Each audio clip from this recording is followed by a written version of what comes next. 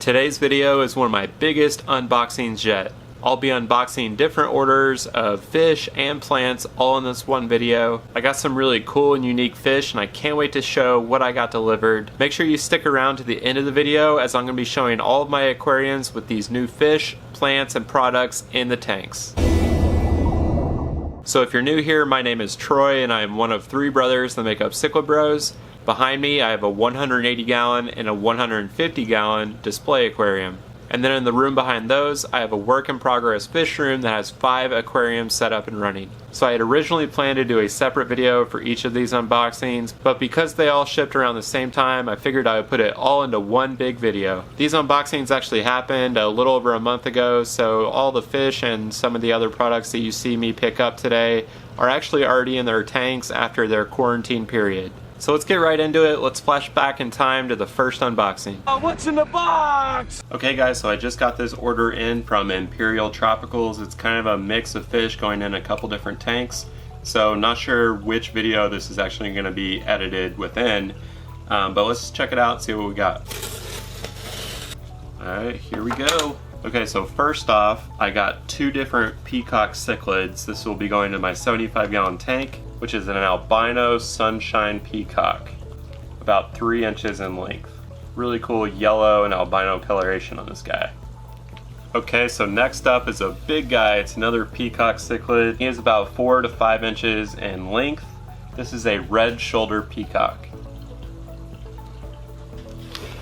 So both of those guys will go into quarantine before they go in the 75 gallon tank. And here are a few new inhabitants for the 150. These are 3 more denison barbs. So if you remember from a previous video, I added a small school of denison barbs to the 150. And I wanted to add a few more to that school. So I got 3 more denison barbs. Decent size on these guys and they're active swimmers.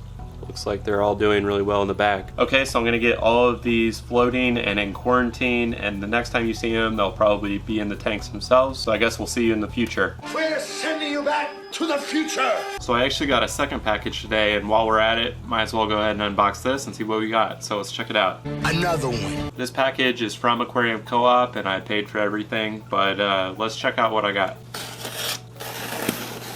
Okay, so I got a few different plants here. I got 2 different Anubias plants, and then I got a few different jungle valves, which I'm going to put towards the back of the tank for the 150 as well. I also picked up some root tabs, which will be helpful for the jungle valve, and I also picked up some different plant weights, which are really good at keeping your plants down in the substrate, especially if you have geophagus constantly digging up plants, which I have in the 150 as well. So I'm going to get all of these into their tanks and you'll probably see them later on in the video. Another one. So in the third package here, this is from Flip Aquatics. It's in a small box and it's a bit of a different packing job than I've seen in other fish deliveries that I've gotten. These are going to be some smaller fish for my 40 gallon breeder, and I've been researching some very specific fish that can go in that tank, which is actually a cold water aquarium, about 65 to 70 degrees depending on the day. So the first pack we have here are 10 green fire tetras. These are beautiful tiny fish that school together.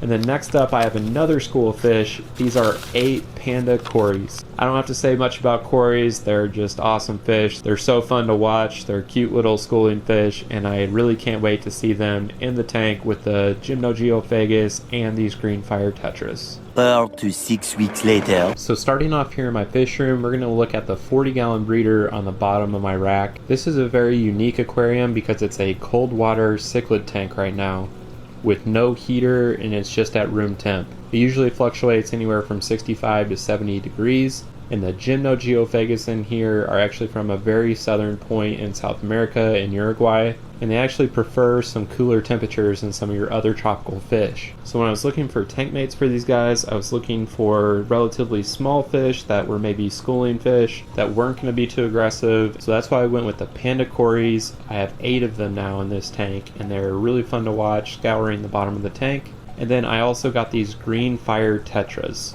So after adding these 2 different schools of fish, some are from Uruguay, some are from Paraguay, but generally in that vicinity of South America, making this a really cool region-specific tank. One thing about this tank is I am ramping up my water changes just a bit, and I'm going to be adding some more plants to this tank over time.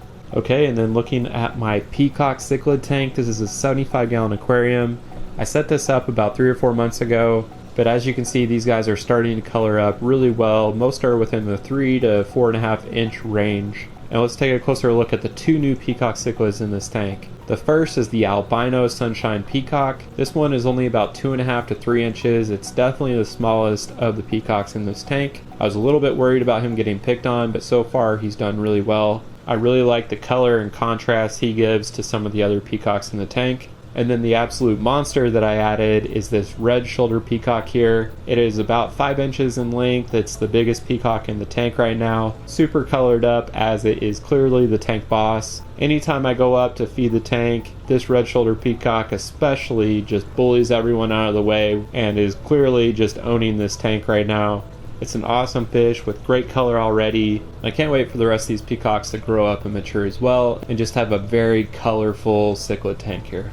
And down here is one of my 20-gallon quarantine tanks. This is where I held a lot of the fish that you saw today, but right now it's being used as a hospital tank. As I pulled out one of my peacocks here, this is the Eureka Red. It was getting picked on, had some nip fins, and just was really struggling in the tank, so I pulled him out, and he's going to chill in here for just a little bit longer until he's looking good, healed up, and ready to go back in the tank. And then here's a quick look at the electric blue acara fry. These are about 45 days old. They're just starting to look like real electric blue acaras with some blue coming in, and they're starting to take shape, so they're looking really good.